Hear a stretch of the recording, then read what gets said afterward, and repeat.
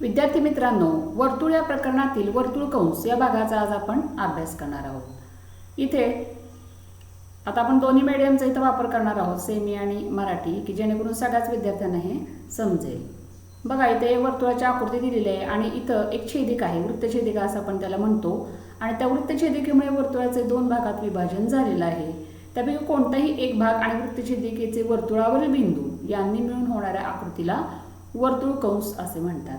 म्हणजेच बघा, इथं ही वृत्तछेदिका आहे आणि सपोज आपण इथं एक खालचा भाग लक्षात घेतला तर या वृत्तछेदिकेमुळे वर्तुळाचे दोन भागात विभाजन झालेलं आहे.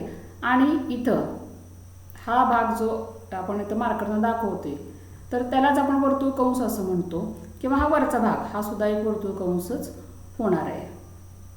म्हणजेच इथं ही सेकंट आहे आणि या सेकंटमुळे वर्तुळाच्या दोन भागात विभाजन होते आणि प्रत्येक भागाला आपण काय म्हणतोय, वर्तुळ कंस, that is arc of a circle. इंग्लिशमध्ये त्याला आपण आर्क ऑफ अ सर्कल असं म्हणतो.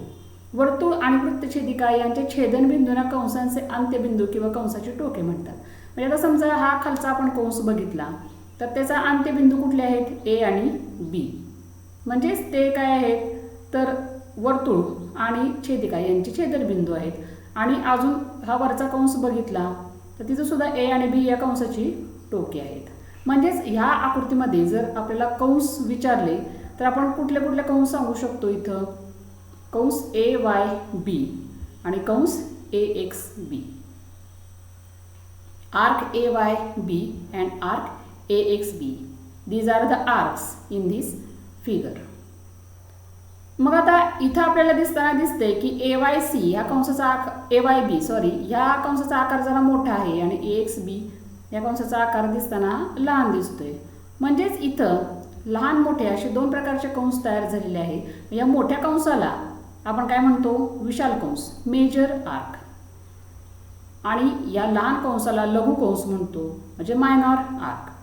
तर अशा पद्धतीने दोन प्रकारचे आर्क्स इथं तयार झालेले आहेत. अजून सुद्धा विशाल कंस आणि लघु कंस म्हणजे मेजर आर्क आणि मायनर आर्क बद्दल आपल्याला काय सांगता येईल. तर इथं पहा, एक केंद्र आहे ते ह्या साईडला आहे, म्हणजेच विशाल कंसाच्या साईडला आहे. म्हणून आपण अजून काय म्हणू शकतो, वृत्तछेदिकेच्या ज्या बाजूला वर्तुळ केंद्र असते त्या बाजूच्या कंसाला विशाल कंस आणि विरुद्ध बाजूच्या कंसाला लघु कंस म्हणतात. म्हणजेच सेकंडच्या ज्या साईडला सेंटर आहे, वर्तुळाचा केंद्रबिंदू आहे, त्या कंसाला आपण काय म्हणतो, विशाल कंस, मेजर आर्क. आणि त्याच्या अपोजिट साईडला काय म्हणतो, लघु कंस म्हणजेच मायनॉर आर्क.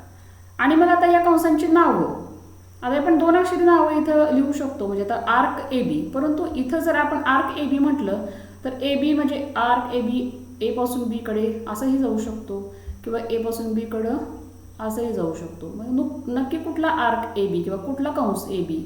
मग अशी ज्या वेळेला इथं प्रॉब्लेम किंवा संदिग्धता निर्माण होईल त्याला आपण तीन अक्षरांचा वापर करतो. म्हणजेच कंस ए, तिसऱ्या बिंदूचा आपण इथं वापर करतो टाळण्यासाठी की नक्की कुठला आर्क ए बी म्हणजे. तर मग ए वाय बी किंवा कंस ए वाय बी असं म्हटल्यानंतर आपल्याला समजते की आपण कुठल्या मार्गाने जाणार आहे, ए वाय बी. आणि मग ए एक्स बी म्हटल्यानंतर ए एक्स बी. म्हणजेच दोन अक्षरी नावं जरी कंसाला वापरत असू तरी सुद्धा काही काही ठिकाणी आपण तीन अक्षरी नावांचा सुद्धा वापर कंसासाठी करतो. आता हे कंस बघितल्यानंतर आपण केंद्रीय कोन म्हणजे काय हे बघणार आहोत. केंद्रीय कोन किंवा central angle, that is called as central angle. आठवीमध्ये सुद्धा आपण याच्याबद्दल थोडासा अभ्यास केलेलाच आहे, तरी सुद्धा इथं केंद्रीय कोन म्हणजे काय पुन्हा आपण रिवाईज करणार आहोत. बघा, इथं ही फिगर दिलेली आहे. इथं तुम्हाला ए ओ बी हा कोन दिसतोय, बरोबर. इथं थिटा हे त्याचं माप दिलेलं आहे. इथं अजून आपण तिथं दाखवूयात. तर थिटा हे माप दिलेलं आहे. आता या कोणाचा शिरोबिंदू म्हणजे ए ओ या आणि ओ बी या भुजा आहेत आणि कोणाचा शिरोबिंदू म्हणजे कुठं कोण तयार झालेला आहे तर तो शिरोबिंदू कुठं आहे बघा, या केंद्राच्या ठिकाणी, म्हणजे वर्तुळाचं केंद्र ओ आहे आणि त्या ठिकाणी तो शिरोबिंदू आहे. आणि म्हणूनच वर्तुळाच्या केंद्रापाशी तो तयार होतोय कोन आणि म्हणून त्याला आपण केंद्रीय कोन म्हणतो, that is called as central angle. ज्या कोणाचा शिरोबिंदू वर्तुळ केंद्रावर असतो त्या कोनाला केंद्रीय कोन असे म्हणतात. म्हणजे या कोणाचा शिरोबिंदू वर्तुळावर आहे आणि मग त्याला आपण काय म्हणतो, केंद्रीय कोन. The angle of which the vertex is on the centre of the circle is called as central angle. इथं हा सेंट्रल अँगल आहे, लगेचच आपल्या लक्षात येईल. आणि मग या केंद्रीय कोनाचं नाव आहे AOB. इथं काय होतं की केंद्रीय कोनामुळे सुद्धा काय होतं, वर्तुळाचे 2 कंसात विभाजन होते. बघा, या 2 इथं बाजू छेदलेल्या आहेत वर्तुळाला. कोनाच्या ज्या 2 भुजा आहेत त्यांनी इथं A आणि B ला छेदलेलं आहे आणि त्यामध्ये कंस त्या वर्तुळाचे 2 पार्ट्स झालेले आहेत किंवा 2 भाग झालेले आहेत. बघा, हा एक लहान पार्ट झालेला आहे, म्हणजेच इथं आपण APB हा पार्ट बघितला तर लहान आहे तो, म्हणून त्याला लघुवर्तुळ कंस मायनॉर आर्क असं म्हटलं जाईल. आणि हा बाहेरचा पार्ट म्हणजे इथला APB व्यतिरिक्त AQB असा जर बघितला आपण तर तो मोठा कंस आहे, म्हणजेच विशाल वर्तुळ कंस, that is called as major arc. So here central angle this part is cleared. मग आता हे कंस वर लघुवर्तुळ कंस किंवा विशाल वर्तुळ कंस हे बघितल्यानंतर या कंसांची मापं कशी काय आपण ठरवायची किंवा त्यासाठी काय काय नियम आहेत, तर गणितामध्ये हे घटक फार महत्त्वाचे आहेत. पहा, ते कंसाचे माप म्हणजे कसं असतं किंवा काय, तर ते आपण पुढच्या इथं पार्टमध्ये बघूयात. महत्त्वाचं आहे म्हणजे आता इथं चौथा भाग अगोदर लक्षात घेणं महत्त्वाचं आहे की पूर्ण वर्तुळाचं माप हे 360 अंश असते. कंसाचं माप बघण्यापेक्षा अगोदर वर्तुळाचं माप किती आहे, अंशात्मक माप हे पाहायला पाहिजेत. पूर्ण वर्तुळ हे जे असतं ते 360 अंशाचं असतं, हे अगोदर लक्षात घ्या. मग त्यानंतर मग हे नियम जे आहेत अजून लक्षात येतील आपल्या, की या आकृती मुद्दा मी तर तुम्हाला समजण्यासाठी ठेवते की लघुकंसाचे माप. आता पहिला नियम बघूयात की पूर्ण वर्तुळाचं माप 360 अंश आहे हे लक्षात घेतल्यानंतर लघुकंसाचे माप त्याच्या संगत केंद्रीय कोनाच्या मापा एवढे असते. बघा, लघुकंसात या आकृतीमध्ये लघुकंस कुठला आहे, तर लघुकंस आहे APB. लघुकंस कुठला आहे तर APB हा लघुकंस आहे. मग त्या लघुकंसाचं माप किती असतं तर त्याच्या संगत केंद्रीय कोनाच्या मापा एवढं असतं, हे लक्षात घ्या इथं. मग बघा, केंद्रीय कोन AOBचे माप थिटा आहे. इथं AOBचं माप थिटा दिलेलं आहे आणि म्हणून ह्या APBचं माप सुद्धा थिटाच असणार आहे. So the measurement of the minor arc is equal to the central angle. हा एक महत्त्वाचा नियम आहे. समजा या कोणाचं माप 30 अंश असेल तर APBचं माप 30 अंश असणार आहे. त्याच्यानंतर हे जर 60 अंश असेल तर या APBचं माप सुद्धा 60 अंश असणार आहे. त्याच्यानंतर विशाल कंसाचं माप मग किती, आता या आकृतीत हा लघुकंस आहे, ह्याचं थिटा असेल तर या मोठ्या म्हणजे विशाल कंसाचं माप किती असणार आहे, तर पूर्ण वर्तुळाचं माप 360 आहे. यातनं हा थिटा जर असेल तर मग हा किती निघणार आहे, तर नक्कीच 360 वजा थिटा, म्हणजे इथल्या बाबतीत विशाल कंसाचं माप 360 वजा थिटा असं निघू शकतं. म्हणजे जनरली आपण काय सांगू शकतो, कुठल्याही विशाल कंसाचं माप हे 360 वजा संगत लघुकंसाचं माप, कारण हे पूर्ण वर्तुळ लक्षात घेणार आहोत आणि त्या पूर्ण वर्तुळातनं एक तुकडा आपल्याला मिळाला असेल तर उरलेल्या तुकड्याचं माप आपल्याला 360तनं हे माहिती असलेलं माप वजा करावं लागेल. आणि अजून एक नियम महत्त्वाचा म्हणजे अर्धवर्तुळ कंसाचे माप, म्हणजेच अर्धवर्तुळाचे माप 180 अंश असते. हे जर अर्धवर्तुळ असेल, हा कंस आहे तो अर्धवर्तुळ असेल म्हणजे 90 अंशाचा इथं कोन असेल किंवा इथं हे जे आहे अर्धवर्तुळ असेल म्हणजे इथं व्यास असेल समजा गेलेला, तर इथं काय होईल तर अर्धवर्तुळाचं माप आपल्याला 180 अंश असं असतं. जसं पूर्ण वर्तुळाचं माप 360 असतं तसंच अर्ध्या वर्तुळाचं माप हे किती असतं 180. अशा पद्धतीने हे 4 जर नियम आपण लक्षात ठेवले तर आपल्याला यांच्यावरची गणितं सोडवायला नक्कीच सोपं जाईल. कंसांची माहिती बघितल्यानंतर कंसांची एकरूपता. कंसांची एकरूपता म्हणजे एकरूप कंस केव्हा असतात, एकरूप कंस कसे असतात किंवा कधी होतात हे बघण्यासाठी तुम्ही ही ॲक्टिव्हिटी घरी करून बघायची आहे. पहा, आता इथं हे 2 मी फक्त ॲक्टिव्हिटी थोडक्यात समजावून सांगते. इथं हे 2 वर्तुळ आहेत. इथं C केंद्र आहे, एक छोटा आतलं वर्तुळ आहे आणि एक बाहेरचं वर्तुळ आहे. या लहान वर्तुळावरती इथं बघा AB असे बिंदू आहेत, इथं बाहेरच्या वर्तुळावरती हे बिंदू आहेत आणि वेगवेगळे कंस तयार होत आहेत. तर मग आपल्याला ही ॲक्टिव्हिटी करून काय करायचं आहे की हे आपल्याला काय लक्षात घ्यायचं आहे हे आता अगोदरच मी सांगते की 2 कंस जर आपल्याला 2 कंस एकरूप आहे ते दाखवायचं असेल, कंसांची एकरूपता किंवा कंस एकरूप आहे ते केव्हा म्हणू शकतो आपण, तर दोन कंसांच्या त्रिज्या आणि त्यांची मापे समान असतात. त्रिज्या तर समानच असल्या पाहिजेत दोन कंसांच्या आणि त्यांची मापं सुद्धा समान असली पाहिजेत, तेव्हा ते दोन कंस परस्परांशी एकरूप असतात. म्हणजे उदाहरणार्थ आता ॲक्टिव्हिटी तुम्ही करून बघा, पण इथं थोडक्यात मी सांगते की आपण AB हा कंस बघितला आणि DE हा कंस बघितला, तर दोघांच्या अंशात्मक मापं किती निघतील बघा. तर हा इथे केंद्रीय कोन आहे 70 अंश, म्हणजे ABचं माप किती होणार आहे केंद्रीय कोना इतकं, म्हणजे 70च होणार आहे. या DEचं माप सुद्धा ह्याचा केंद्रीय कोन 70 अंश म्हणजे 70च होणार आहे. मग आपण काय म्हणायचं, AB आणि DE एकरूप आहेत का? तर अंशात्मक माप केवळ इथं समान आहे, परंतु त्यांची जर त्रिज्या आपण बघितल्या तर ते AB हा कंस ज्या वर्तुळाशी संबंधित आहे या वर्तुळाची त्रिज्या ही आहे बघा AC, आणि DE हा आर्क किंवा हे जो कंस आहे तो कुठल्या वर्तुळाशी, मोठ्या वर्तुळाशी संबंधित आहे. मग ती त्रिज्या आहे बघा CD. मग CA आणि CD या एकरूप नाहीत. म्हणजेच इथं या कंसांचं माप जरी समान असलं तरी त्रिज्या त्यांच्या समान नाहीत, आणि म्हणून हे जे दोन कंस आहेत ते एकरूप होऊ शकणार नाहीत. आणि म्हणून मग आपण काय म्हणू शकतो इथं,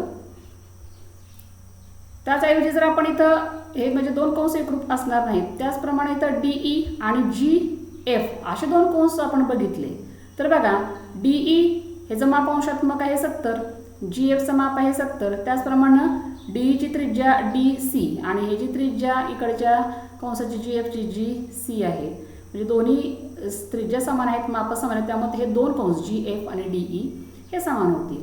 म्हणजेच ही ॲक्टिव्हिटी जर व्यवस्थित तुम्ही करून बघितलं तर तुमच्या हे कन्क्लुजन म्हणजे ह्या अर्थ लक्षात येईल की दोन कंसाच्या त्रिज्या आणि त्यांची मापे समान असतात, तेव्हा ते दोन कंस एकमेकांशी एकरूप असतात. So the two arcs are congruent when their radii and their measurements are same. अशा पद्धतीनं आपण कंसांची एकरूपता म्हणजे काय ते बघितलं. त्याचप्रमाणे कंसांच्या मापांच्या बेरजेचा गुणधर्म. आता कंसांची मापं कशी असतात किंवा कशी काढायची हे बघितलेलं आहे आपण. मग ह्यांच्या कंसांचं मापांची बेरीज आपण करू शकतो का, किंवा इथं कशी दाखवायची, तर निश्चितच आपल्याला इथं ते लक्षात येईल की कशा पद्धतीनं आपण हे दाखवू शकतो. Property of sum of measures of arcs, म्हणजे कंसांची बेरीज आपण कशी दाखवू शकतो किंवा कंसांच्या मापांची बेरीज कशी दाखवू शकतो. इथे बघा हे एक वर्तुळ आहे आणि त्यात ABCDE असे वेगवेगळे बिंदू आहेत, वर्तुळाचे बिंदू आहेत, आणि त्यामुळे इथं कंस पण म्हणजे आर्क्स तयार झाले आहेत. आपण AB कंस AB म्हणू शकतो, कंस ABC असं म्हणू शकतो, कंस BC असे अनेक कंस इथं तयार झालेले आहेत. आता बघा यापैकी कंस ABC आणि CD यांमध्ये C हा एक आणि एकच बिंदू सामायिक आहे. ABC आणि CDE, ABC आणि त्याच्यानंतर पुढचा CDE घेतलेला आहे, आणि म्हणून कंस ABC आणि CDE यांच्या मापांची बेरीज कंस ACE च्या मापा इतकी होती. म्हणजे बघा आपण इथं ABC आणि CDE यांची बेरीज करून पूर्ण ABE किंवा ACE असे इथं दाखवू शकतो. किंवा अजून सुद्धा दुसरं आपण काही इथं म्हणू शकतो कंस AB अधिक कंस BC बरोबर कंस ABC. म्हणजे इथं जे उदाहरण दिले तेच केलं पाहिजे असं काही नाही. आपल्याला समजण्यासाठी आपण दुसरी पण इथं उदाहरण देऊ शकतो. समजा आपण कंस BC अधिक कंस CD बरोबर काय म्हणू शकतो, कंस BCD. मेजर कंस म्हणजे इथं माप कंस, M हे माप कंस अशा अर्थानं वापरलेलं आहे. परंतु कंस ABC आणि BC यांच्यामध्ये एकापेक्षा अधिक बिंदू सामायिक आहेत, म्हणून कंस ABC आणि कंस BC यांच्या मापांची बेरीज कंस ABच्या मापा एवढी नसते. त्यापेक्षा मी आता जे सांगितले ते लक्षात ठेवू शकता की आपण ABC अधिक CDE बरोबर ACE, किंवा एखाद्याला वाटेल की ABE हे नाव द्यावं तसंही देऊ शकता. तर अशा पद्धतीने कंसांच्या मापांची बेरीज कशी करायची ही आपण बघितलेलं आहे.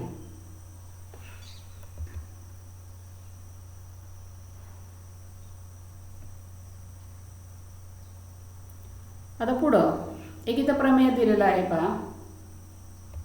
एकाच वर्तुळाच्या किंवा एकरूप वर्तुळांच्या एकरूप कंसांच्या संगत जीवा एकरूप असतात.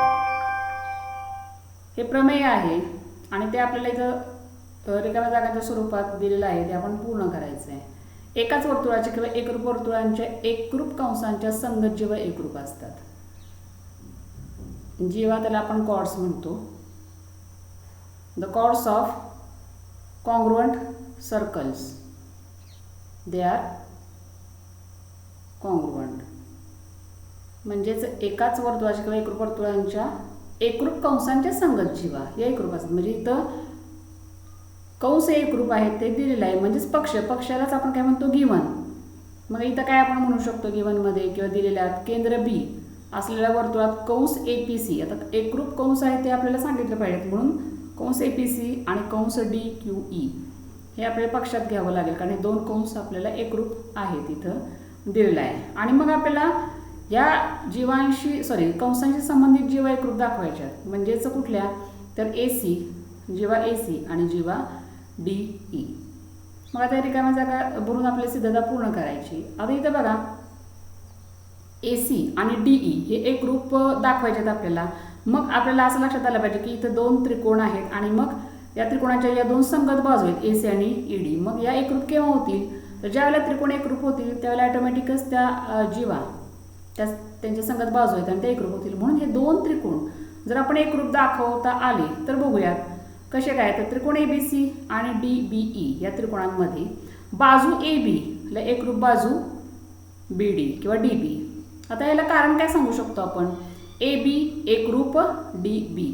इथं कारण लिहावं लागेल तुम्हाला, कारण एकाच वर्तुळाच्या त्रिज्या, radio of the same circle, एकाच वर्तुळाच्या त्रिज्या. इथं आपण आता काय लिहित बसत नाही, तुम्ही होमवर्कला करू शकता.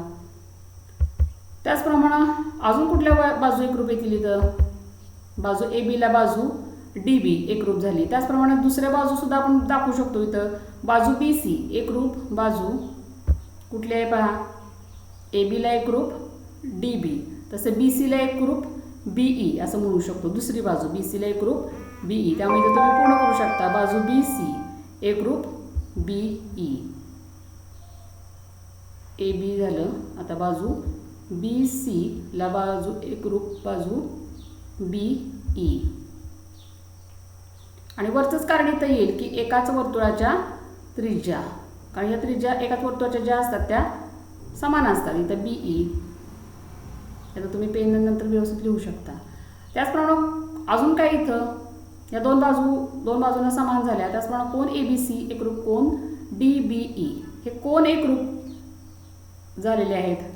एकरूप कंसांची व्याख्या म्हणजे एकरूप कंसाचे संबंधित केंद्रीय कोन आहेत. हे कंस समान आहेत, त्यामुळे केंद्रीय कोन त्यांचे संबंधित हे सुद्धा समानच असणार आहेत. आणि बघा मग इथं तीन घटक एकरूप झाले, या दोन बाजू आणि त्यांनी समाविष्ट केलेले कोन, या दुसऱ्या त्रिकोणाच्या दोन बाजूने त्यांनी समाविष्ट केलेल्या कोनाशी एकरूप झाले आहेत. आणि त्यामुळे ते दोन त्रिकोण कुठल्या कसोटीनुसार एकरूप झाले ते बघा, बाजू कोन आणि बाजू, बा को बा, SAS हे टेस्टचं नाव इथं म्हणजे त्या कसोटीचं नाव लिहावं लागेल इथं. आता एकरूप त्रिकोणाच्या संगत बाजू एकरूप असतात आणि म्हणून मग AC आणि DE या दोन बाजू इथे एकरूप होतील, कारण त्याला काय म्हणतो आपण, एकरूप त्रिकोणांच्या संगत बाजू, corresponding sides of congruent triangles. अशा पद्धतीनं हे जे आहे प्रमेय हे सिद्ध होईल. त्याचप्रमाणे दुसरं पण प्रमेय आहे ते तुम्ही सोडवायचं, परंतु त्याचा अर्थ आपण समजावून घेऊयात की एकाच वर्तुळाच्या किंवा एकरूप वर्तुळांच्या एकरूप जीवांचे संगत कंस हे एकरूप असतात. एक वर्तुळ घेतले किंवा एकरूप वर्तुळ दोन घेतली, आता इथे एकच वर्तुळ घेतलेलं आहे, एकरूप जीवा असतील तर त्याचे संगत कंस एकरूप असतात. आता एकरूप जीवा कुठले आहेत इथं तर PQ आणि SR या एकरूप जीवा असणार या वर्तुळाच्या. आणि मग आपल्याला कुठले कंस एकरूप दाखवायचे आहेत, PMQ आणि SNR हे कंस एकरूप दाखवायचे आहेत. आणि हे एकरूप तुम्ही दाखवू शकता. त्यासाठी हे होमवर्कला तुम्हाला आहे आणि या नंतरचा भाग आपण पुढील भागात बघू.